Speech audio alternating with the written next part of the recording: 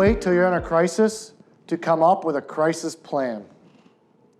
Now that you've created your goals, built your plan, and tested your plan, now comes the hardest part, sticking to your plan, even when fear sets in. Never mind the fear factor. It's hard just to stick to anything for long periods of time. This is the same with other plans in your life. You can create a great weight loss plan or strength building plan, but if you do not stick to the plan, you will have a hard time achieving your goals that you set for yourself. It sounds simple, but most people break their New Year's resolution goals only after 21 days of the year. It's hard to stick to a long-term plan because naturally we are short-term focused. The best way to stick to your plan is to know yourself. If you were swimming, would it be easier to swim against the current or with the current? Then why not make it easier to stick to your plan and swim with the current instead of against it? Know yourself and set yourself up for success. Do not create unrealistic goals because not winning them will tempt you to give up your plan. Create small wins that keep you motivated to your plan. Just like if you were on a diet, you could have a weekly cheat day, and that weekly cheat day might keep you from giving up your diet. Also, giving yourself rewards for sticking to your diet can help encourage you, and it's the same with your financial plan. Maybe if you save more next year, you reward yourself with a gift. If you cannot budget or you struggle categorizing your expenses, use guardrails instead of hard budgeting rules. For example, if tracking every dollar doesn't work, give yourself a set amount of money in an account that was budgeted for and just spend that account down to zero. And then when your budget has time to replace it, replenish that money. This may be more effective for people like me that don't want a bean count. But some of you out there may want a bean count. Set times up to review your plan regularly and give yourself progress reports. Create short-term goals so that you can stay focused. Seek third-party help like a financial planner that can help hold you accountable with regular meetings. Just like hiring a nutritionist or a personal trainer for your physical plan. We often seek help with our physical life, spiritual life, personal life, and then neglect getting help for our financial life because we are often too proud. These are tips just for sticking to your plan, but it gets even harder when you run into stress, anxiety, and fear that a lot of us experience around our money. Then it gets even harder when there's ups and downs in the market. Then add in one of those scenarios we tested for happening in your life, and it can be very difficult to stick to your plan. There's an often quoted saying by Warren Buffett, be fearful when others are greedy, and be greedy when others are fearful. The reason for this is fear is a powerful motivator. Many studies have shown that fear is 3 times stronger of a motivator than greed.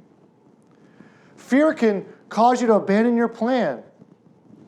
The best remedy for this is planning in advance.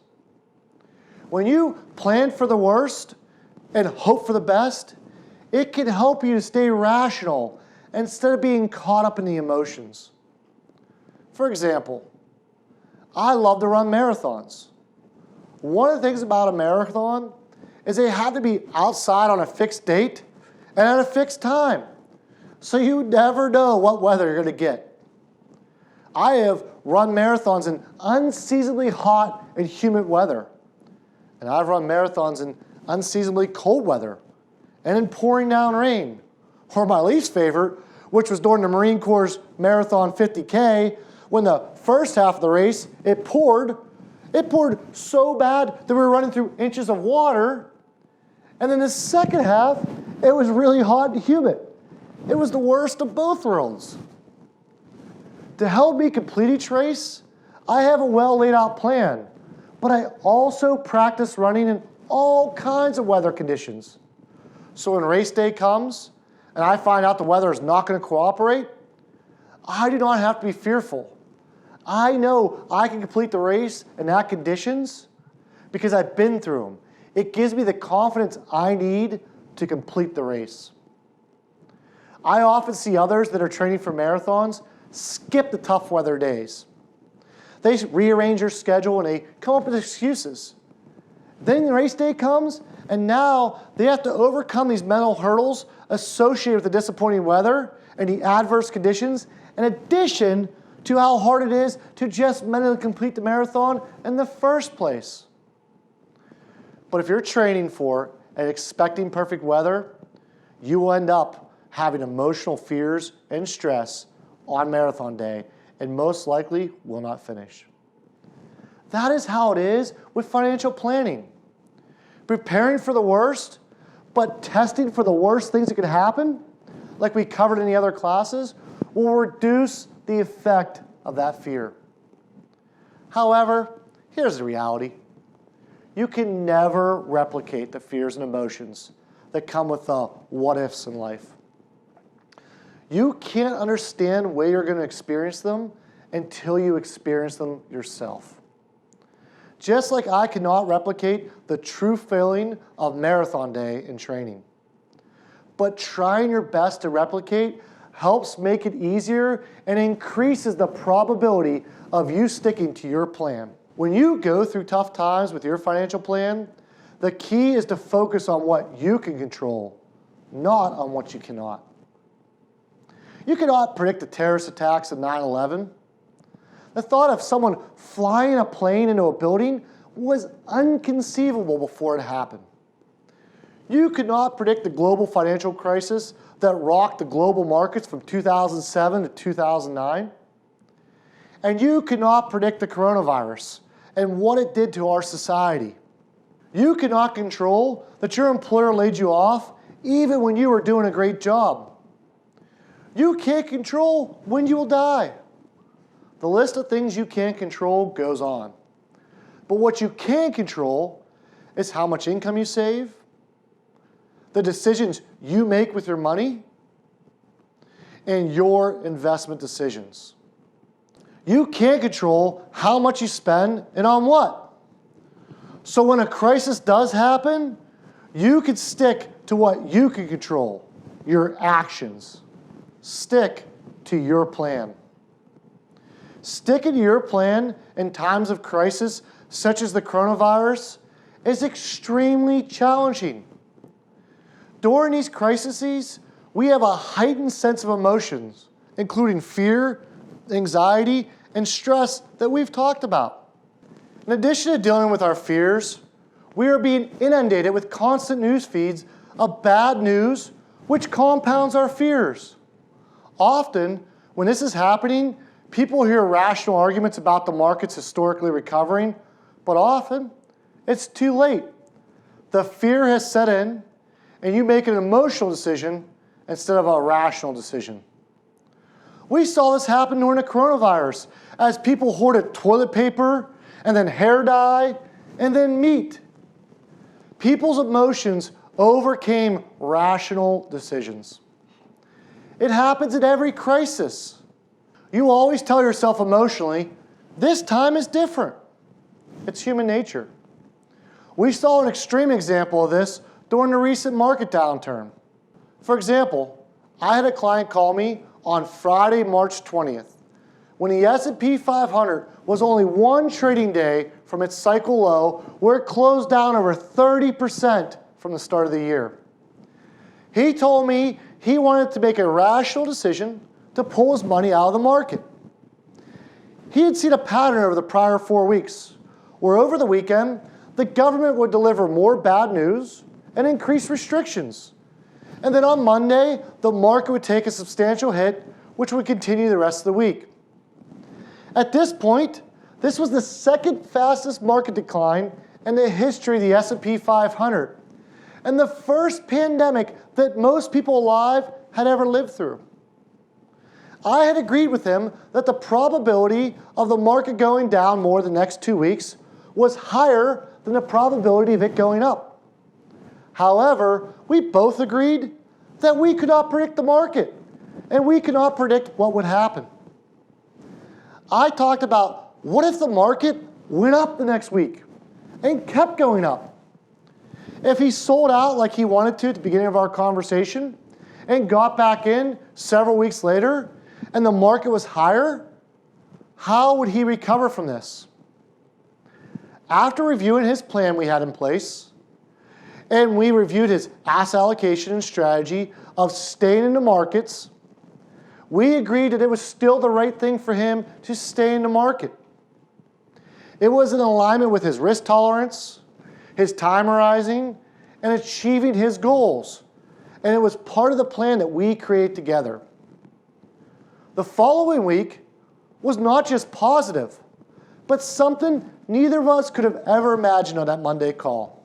Monday was another down day, but Tuesday was an increase. The headlines quickly changed. And on Friday, March 27th, just 7 days later from that call, the S&P 500 closed its biggest weekly gain since 1938. Of course, my client called me, and we had a good laugh together. At first, he tried to say, I predicted this, but I reminded him that I agreed it was most likely going to go down. And if I had to bet, I would have said it was going down. However, the lesson is no one can predict the markets.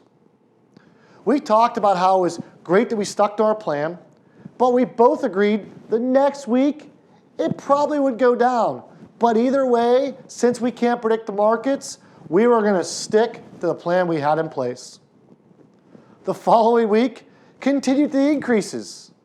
And in going into the third week, which the S&P 500 closed on a short week because of Easter, with the best week since 1974, and over that 3-week time period had risen 23%. And by June 8th, it had closed positive for the year. We do not know what the future holds, and the S&P 500 could turn negative for 2020 again. But short-term emotional decisions will cause you to want to sell out of the market. All the headlines and what was going on at that time, it would have been almost impossible to predict the market's recovery that quick. I could give a lot of examples. December 2018, the global financial crisis in 2008, the dot-com crash, the terrorist attacks of 9/11, the flash crash of 1987, the Great Depression, just to name a few. Although all these events are different, they all cause emotional stress and fear and lead to a lot of long-term investors making short-term emotional decisions that they regret. The phrase, "but this time is different," and "this is the worst ever," are often used by investors making these decisions. We cannot predict the markets, so have a plan and stick to your plan. Let's remember that the U.S. stock market is simply ownership in American companies. If you own a broad index like the S&P 500, it can go to zero, but to do so means that there would be no value in all of those companies. In this case, the 500 largest U.S. companies would have gone bankrupt. For example, that means Google, Amazon, Microsoft, Disney, Coca-Cola, and Facebook would all go bankrupt. If you do not think these companies are going to go bankrupt, then why would you think the market is going to zero? If you think long-term these companies will make money, then long-term you should think the stock market as a whole will make money. There are many ways to look at this, such as the often quoted fear and greed cycle, or looking at trying to time the market. But I think the easiest example is to adopt several experiments on the papers of risk aversion by Dr. Richard Thaler. Dr. Richard Thaler is one of the foremost experts on behavioral economics, which studies how we make money decisions. Essentially what he did was an experiment where he'd offer you a coin flip. If it went to heads, you would get $2. If it went to tails, you would give him $1. He would then do this in a large group of people and ask for their input. Now, if I offered you this deal, would you take it? If you answer yes, you understand probabilities. If you said no, let me ask you this. What if I gave you 100 flips? After a second question, I hope you answer yes. See, the reason why you should answer yes is because if it's heads and you get $2, and tails, you owe me $1, and a coin flip has a 50-50 probability of heads and tails. Now, although this is probability, and each individual flip is another probability, over the course of 100 flips, the probability is going to be pretty close to 50-50. So if you had 50 heads, that's $200 that you would get. In tails, that'd be $100 you would owe. So that nets out to be $100 in your pocket. The larger the number of flips, the higher probability of this working in your favor. However, when you're doing this experiment, there's going to be differences in the amount of people, what they experience. Some people, they might have the first 25 flips all as tails, and they're going to owe me $25. They've not had a win, and they will probably start to regret playing this game. If you get this concept, let's look at the probabilities of stock markets. It's important to remember this is past history, which cannot predict the future. For this example, let's look at the history of stocks and bonds as presented by the J.P. Morgan Asset Management. In this example, we have a green bar, a blue bar, and a gray bar. If you had to do a coin flip, where heads you would get the upside and tails you would get the downside, which colored bar would you pick? Green, you're going to get $47 if you hit heads, but tails, you're going to owe me $39. Blue, you're going to get $43 for heads, but tails, you owe me $8. Or the gray, where you get $33 for heads and owe $15 for tails. I would hope if I gave you these options and you had to bet everything on one flip, you would pick blue from these three options. What these options represent is the range of calendar year returns from the S&P 500 since 1950 in green, the Barclays bond aggregate in the blue, and a 50-50 mix of the two indexes in gray. If you only had these three choices to invest your money in, and you only had a one-year time horizon, this is a way to review the potential gains and losses of each choice. The reality is, if you're going to invest your money for only 1 year, you probably want to use something with no downside.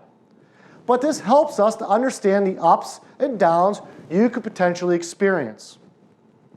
Let's look at the last part of this chart, in which were the 20-year rolling averages. In this case, the best probabilities are in the green.